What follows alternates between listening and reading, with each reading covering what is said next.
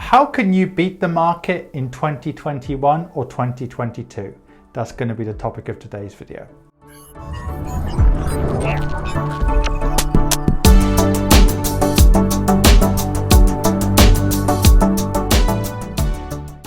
So if you're an expat or a high net wealth individual in particular, go over to adamfire.com and see how I can help you. Now on this video, I'm going to talk about beating the market. How likely is it? And how can you potentially do it? So first of all, it's very difficult to beat the market, especially a market like the S&P 500. However, there's numerous ways to look at this. So first of all, if you just want to beat the average investor, it's pretty easy because most people who go into ETFs, they tend to do things which are wrong. In other words, they panic sell, or they buy too much at the top. So for example, a Vanguard study showed that 99, 2000, just at the peak of that particular cycle, so many people got in, there was record inflows after 18 years of positive stock market growth.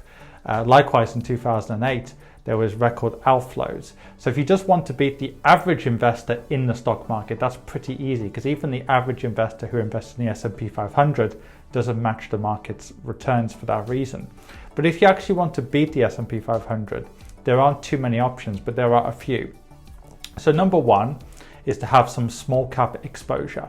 Small caps in general are a bit riskier, but if you hold a small cap index long term, it isn't that much riskier.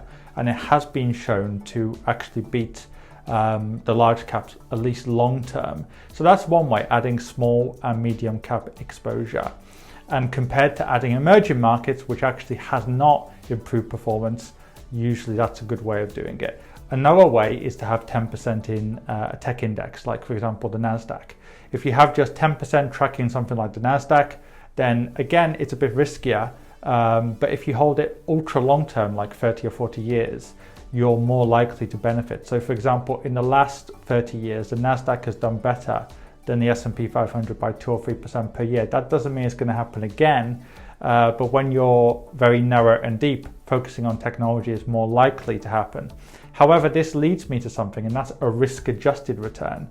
Some people could argue, well, in the last 30 or 40 years, if somebody had 10 or 20% in the NASDAQ or small caps and the rest in the S&P 500, that's not beating the S&P 500 in risk-adjusted terms because you're just taking more risk in relation to the reward. I think that's true, especially if you're short or medium term. But if you're ultra long term, like you can invest from your 20s and 30s until you're 60 and 70, and then even then you kind of just withdraw slowly in retirement, then actually that's one of the few ways you can actually get higher returns without significantly affecting your risk. So for example, if you only invest in the small caps for 5 or 10 or 15 years, you're definitely increasing your risk compared to just being in the S&P 500.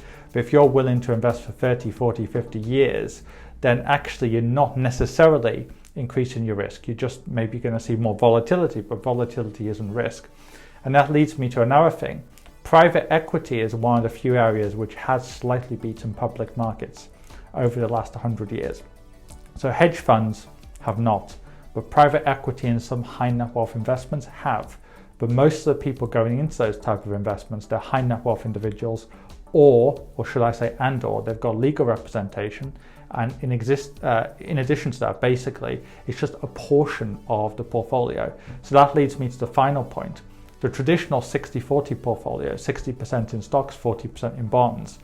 If you wanted to actually reduce that 60-40 in retirement to say 20 or 30% in bonds and replace it with certain types of assets, especially if you understand the risk, you might be able to maybe increase your returns relative to the risk if you're very careful about how to do that.